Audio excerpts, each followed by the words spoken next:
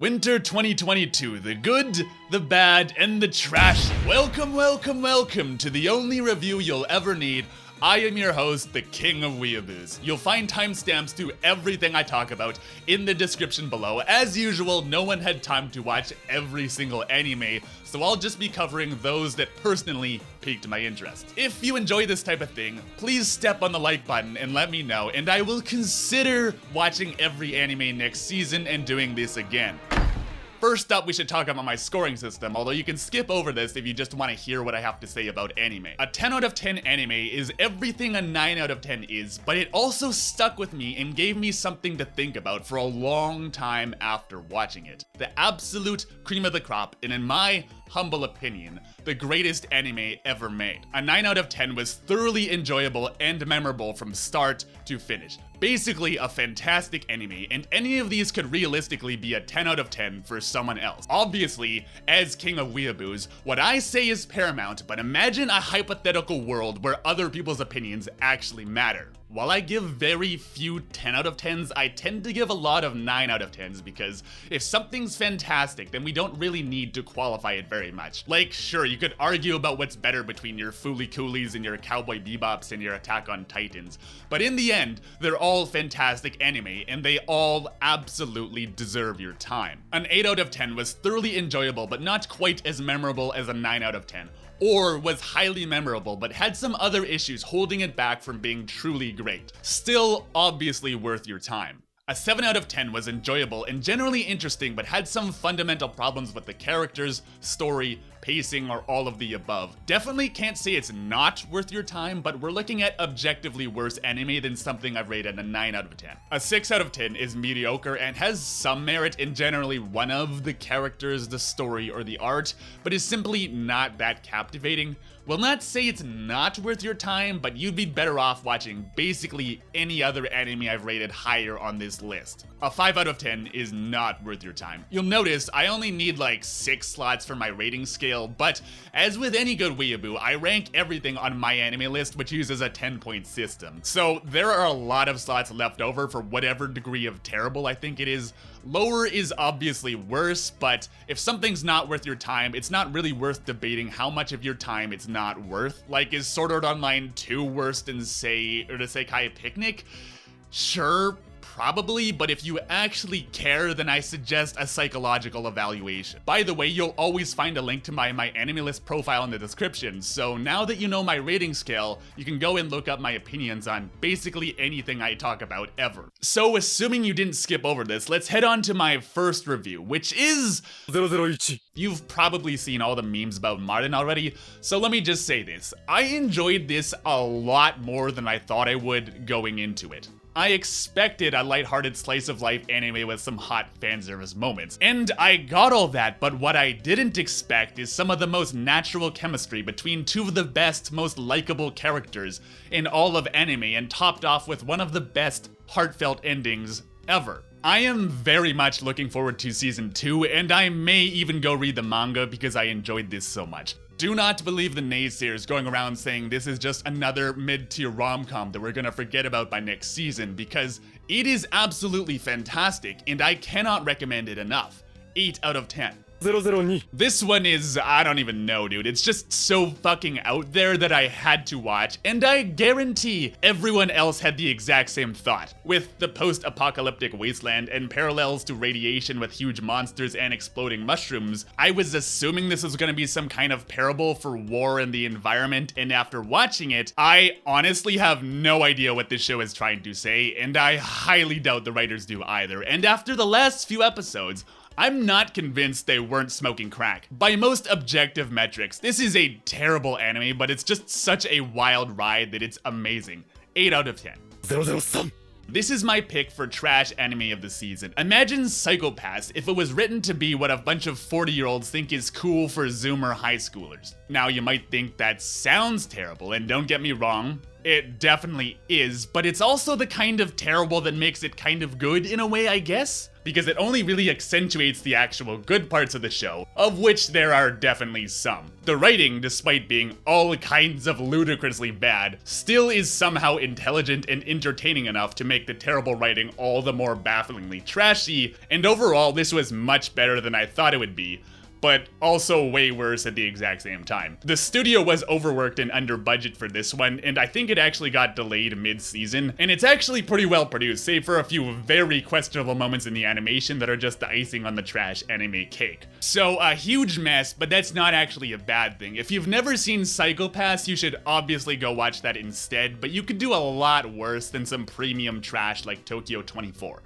7 out of 10. 004 Now, if Tokyo 24 was about what a bunch of Gen Zers think is cool for Zoomer high schoolers, this one is about what they think is cool to middle schoolers. Literally everything in this anime has to be Zoomer cool futuristic in some way. Case in point, the main characters are literally social media influencers, but in space. I think the best thing I can point out that'll sum up what's wrong with this anime is instead of the United Nations, they have UN 2, because obviously the 2 makes it cool and futuristic and stuff. But the weird part is, for how futuristic it wants to pretend to be, its ideas on computers and especially hacking seem right out of a bad 90s movie, minus strapping on a VR suit to surf the internet. As a huge pop science nerd and astronomy degree dropout, I'm a sucker for any anime about space, but sadly this one seemed more interested in appearing cool to kids in 2022 than any actual scientific concepts, and I'm afraid it's gonna look really quaint 10 years from now if anyone even remembers it. It's actually pretty well produced, so rather than merely terrible, it's an uncomfortable amount of wasted potential. If you're interested in this kind of anime, you should just go watch Space Brothers instead, because it is a million times better.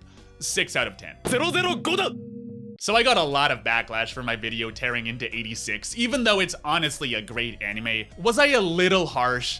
Probably, yeah, but in my defense, the lolly shit in part 2 was so offensive that it kinda deserved everything I gave it for even considering writing her in as a character. Let me just say, Part 1 was an easy 8 out of 10. Great anime, well thought out themes of war and loss, good pacing, good characters, only held back by some questionably inconsistent writing and a not insignificant amount of bullshit.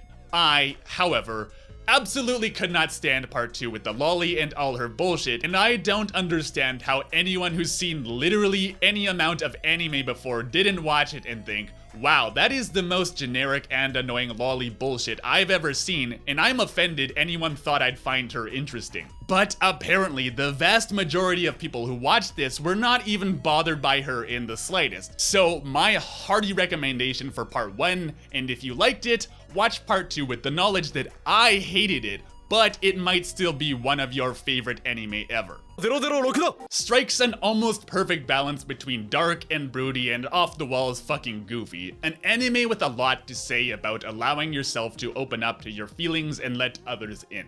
For anyone who likes an anime that is mysterious, looks cool, has cool fights, and doesn't take itself too seriously, there's a lot to like. Vanitas has a lot going on, and it very nearly manages to juggle all of it. 8 out of 10. 007 Confession, I have read the manga but have actually yet to see the anime. It's exactly as trashy as you'd think, but that's what makes it great. There's a lot more going on for those of us that are, let's say, optimistic, but not nearly as smart as Domestic Girlfriend, another story I need to qualify by saying I've only read the manga. So let's say 7 out of 10 with a very big asterisk. 008だ Along with Orbital Children, another one of Netflix's big anime this season. And I have no idea what they were thinking because his way of speaking does not even a little bit translate into English. He calls it something like Lord Master speak. It's this fucked up samurai-esque speak that he gets from watching a children's TV show because he thinks it'll make him strong. And if you don't speak Japanese, this is a pretty fundamental part of his character that will be completely lost on you. いただきますである That doesn't even remotely cover it all, but hopefully you've seen enough anime to know that that's not how that goes. But apparently people are loving this anyway, so maybe this isn't nearly as important as I thought. Anyway, it's about a young man suddenly finding himself the guardian of this weird little boy, and him and their neighbors become an impromptu little adoptive family. Very, very sweet anime. 8 out of 10. ラボ面ナンバー009はお前だ。 An interesting slice of life show about the daily lives of two neighborhood police officers. It tackles a number of Japanese societal issues that aren't really talked about, like teenage prostitution and elderly criminals. Personally, I didn't actually finish it. I didn't find any of the unique bits really elevated it over your standard slice of life anime, but if that's your bag, you might really like this. 7 out of 10. So there's this pretty niche and overlooked anime that's been airing. I think it's pretty good, but somehow it's been flying under everyone's radar. Think of it like a modern mecha anime, but instead of space and robot suits, humanity is trapped behind 100-meter high walls, protecting them from these big giant Yeah, I'm not fooling anyone with this bit. Obviously, Attack on Titan is amazing, and obviously nothing I say will change your opinion that you obviously already have at this point. My only complaint is I spent hours writing and recording a video about the ending that apparently is not gonna be relevant for another year. So fuck you, Attack on Titan. I could have had another whole ass video out by now. Like, you can't just call it final season and then air it in 3 parts over 3 years. That's 3 seasons. Like, what the actual fuck, dude? Fucking unbelievable. Who is behind this? Come on now.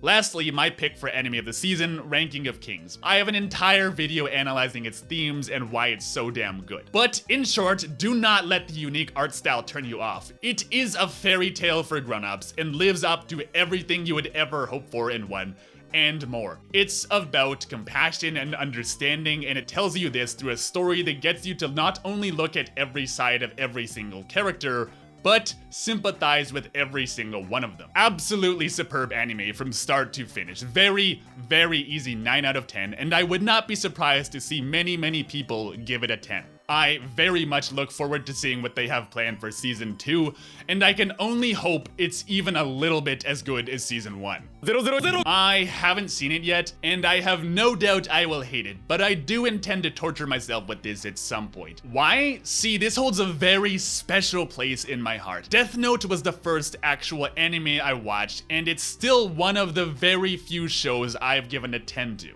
Future Diary was the show that sold me on anime as a concept. So basically Mirai Nikki, but written by actually competent authors. There's no way it's anything less than amazing, right? Wrong! No, it's shit. How did that happen? What the fuck, dog? Probably would rank this anime a big hearty fuck you out of 10. 000. This one is getting a re-release in a couple weeks, which will coincide with a video I have planned, so subscribe for that. It's got its issues, but at its heart, it's motherfucking art, and I love any anime that dares to be more than a soulless consumer product and reach for a loftier goal. Very, very, very good. 8 out of 10. That's all for today. If you want a more in-depth breakdown of any of the anime I talked about, I have a playlist of every anime in this video that I actually made a video on. Thank you so much for your time, friends, and I will see you in the next video.